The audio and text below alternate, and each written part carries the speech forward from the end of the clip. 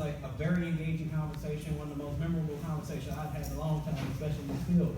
And so I was like, yeah, Jumaane got to be the keynote. And he agreed, so that all worked out perfectly. And I'm really excited to introduce Jumaane Kendrick.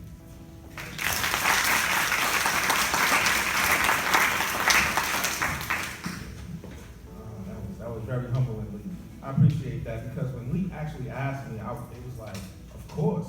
You know what I mean? It wasn't even like I'm jumping out the window or stretching myself. Just for the simple fact, we're talking about diversion here. And when we're talking about diversion, that's like, it's one of the most dearest things to me, just for the simple fact, without diversion, I wouldn't be standing here. You know, because what you has heard a little bit about being a gang leader, about being a victim of community violence on multiple occasions.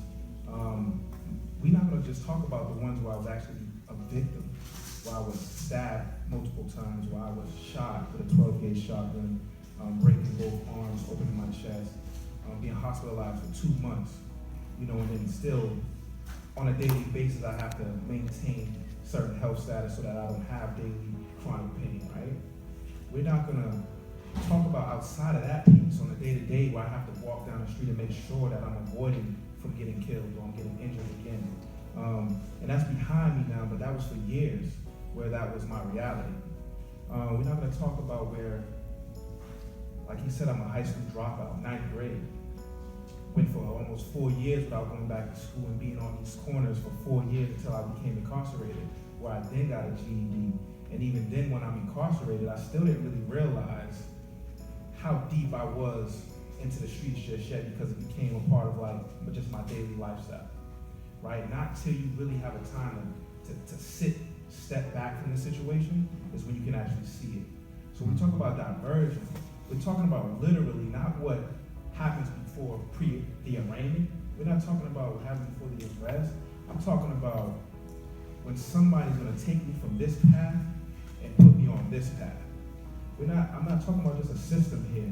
I'm talking about when I walk down the street and like this woman was over here talking about when she says, hi, how you doing? I hope you have a nice day, was the only thing I was looking for. So therefore I don't be as angry as I was, or I don't make somebody else angry or injure someone else or get injured. That's a part of the diversion that we're talking about. We're not just talking about when we get to the criminal justice system. We're talking about when we got young kids on the buses and they're getting into arguments and adults are not intervening. And also not only put it on adults, but it's the young people too. We're talking about a peer-to-peer thing here. The peer-to-peer thing is one of the probably most important things to me, because they're around each other 24/7, not the adults. I talk about this a little bit where me and my friends were the sounding boards for each other. We could tell ourselves anything. We could make each other think we're gonna jump off a building, or we could make each other think that we're gonna be the richest people in the world. We can convince ourselves of anything, but we don't focus on the actual positive pieces that we need to talk about one another, because we're worried about being corny or not cool or being outcasted. And so if we could kind of have the conversation more with young people about how to have that conversation with their peers, that also is a diversion process as well. Because we need to intervene before these things actually happen, because when they get to the systems, you know, I don't care what the policy says, the system places this label on you based on how society's gonna see you and perceive you, where it's gonna be employment's gonna be an issue. Housing's gonna be an issue. When you walk down the street, your neighbors and your friends and your parents and your peers see you a certain way, even though they don't say they do, they do. And then we treat each other differently. So we're talking about the diversion that doesn't look like what we're kind of putting on paper right now. We're talking about how does the community, how do we as, you know, I don't want to say as a family, because I don't really see this any other way, you know? In order for us to change some things, we always ask that question. We're like, well, what would you do? Well, if it was your child, what would you do? That's how you got to look at this. This is how I want to treat my child. I want to give the same love, the same support, the same resources to my child I want to give to the next child. We're children and we're family, and we're really lacking that. But, you know, I talk about that because diversion, again, is not about the system. And like I said, I wouldn't be sitting here. And I'll tell you, you know, today is the 2-year anniversary of my friend that was killed, my brother Louis Bowden Maximal, right? That was killed at the Stop and Shop parking lot. So today is a little heavy for me. I'm here as positive I can be, but that's on my mind right now. And we're talking about diversion. If it wasn't his life, he would be here today. That day, those 2 years ago, he came to my office that morning, and he was talking to me. He was talking about employment. I had just got him a job with the assistance of Tahara right here, right? He was just fresh out of 4 years of incarceration on an ankle monitor and had to go down to his probation at least every other day. But he was on a serious restriction. But the people did not wrap around him to provide the support. So when he came to my office that day, it was more in despair because he didn't want to get surrendered by probation. So we came up with a small plan. But I'm saying this because I'm thinking about that day 2 years ago and what didn't happen in his life. And if things happened a little differently, he'd be here today. And this is why I talk about, that's how deep diversion is to me. Deep diversion is a life or death matter. And that's how I could have went this path or I could have went this path. And when I see him, we were on the same path. So his outcome would have been no different than mine. So when I think about this, it's always come down to a life or death situation for me. And it's that serious. So when I talk to young people about their actions and where it will get them, I talk from that perspective because if you don't want to be alive, if you don't want to live, we have a very serious problem. How do you care about yourself is a big issue. And we don't have any value in ourselves at this point in our community, and it's just very physical. It's very visible. This is not something that we can sugarcoat and talk about, what this agency isn't doing, what this law enforcement isn't doing, what this youth did. At the end of the day, we're losing children. That's the problem for me. So when I talk about this diversion again, we're talking about it on 3 levels in a little bit. It's the peer-to-peer piece, the adult-to-peers, and then this perception that we need to change, because the perception that we have of our young people is what is actually putting us in the predicaments that we have. And so this perception here, right? When you see me right now, right? You don't see the gangbanger. You don't see the person that was incarcerated. You don't see the high school dropout, right? You don't see the person that was victimized or carrying guns, angry, wearing hoodies and Timberlands every day. You see a new person.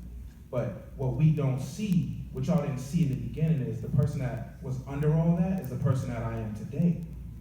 I didn't have an opportunity to actually let those things out. We're lacking those opportunities and being able to expose those strengths and potentials I had is what's happening every day. So when I talk to young people, I'm looking at it from the place of where they could be and should be and who they are, and not as what the veil is put on my eyes on what society has said about them. And this is why I kind of gravitate with young people even more, because I see the true value in them. And that's what we have to do more, right? And so I would kind of just close on this piece of where, when we talk about this, my greatest fear, and I've lost sleep over this over the years, people would ask me, what made you change? I'm like, it always bugs me out because I don't want to answer the question kind of wrong, but I want to just be honest, and I don't think people will understand me. I never had different goals prior to when I was in the street or when I am now. My goals were always the same. I want a house, I want a car, I want to be able to take care of myself financially, take care of my family, travel. That's just basic stuff. That's all I wanted. I didn't have the opportunity or the means to get to that place. I had to do it in a different way because living in this community, what is very accessible to us is violence and drugs. Mm-hmm. Opportunity, mentorship, networking, that's not readily accessible to us. Mm-hmm. 10 years old, this is what my mind is on. We don't have that. But in some other communities at 10 years old, someone is in the office working with their father. Someone is at an internship, just visibly seeing a career option. My career options was drug dealing, pimping, and violence, trafficking drugs. I never thought about owning a business. I thought about maybe taking someone's business because extortion is what it is. That's what I learned. But I never learned how to actually create my own and have my own. So when we talk about my nightmare, right, is not being able to really just fulfill my true potential.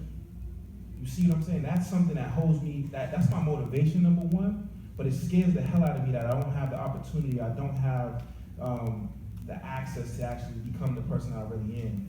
Being stuck. You ever woke up in the morning and you just couldn't move, right? That was almost like a daily thing for me. physically and metaphorically. You know, that scares the hell out of me. And I know that does with other young people. So we talk about when they ask me, hey, why'd you decide to change? I never wanted to change. I figured a different way of getting to my goal.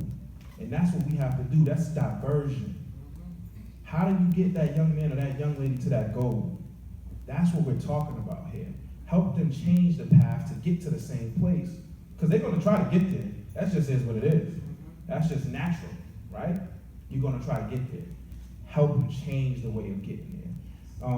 So, like I said, I want to close on that piece because there's nothing else that we need to be really discussing if it's not about how we're going to step up as adults to help them change the trajectory, travel in a different path, And I look around this room, and one of the things that I was missing was a black man.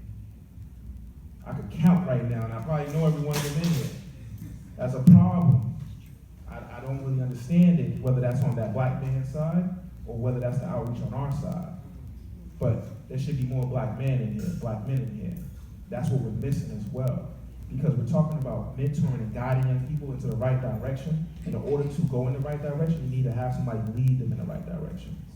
So, mentorship sounds cliche, but how I see mentorship is that this world for me was very dark, it was very black, and I needed a flashlight in that darkness.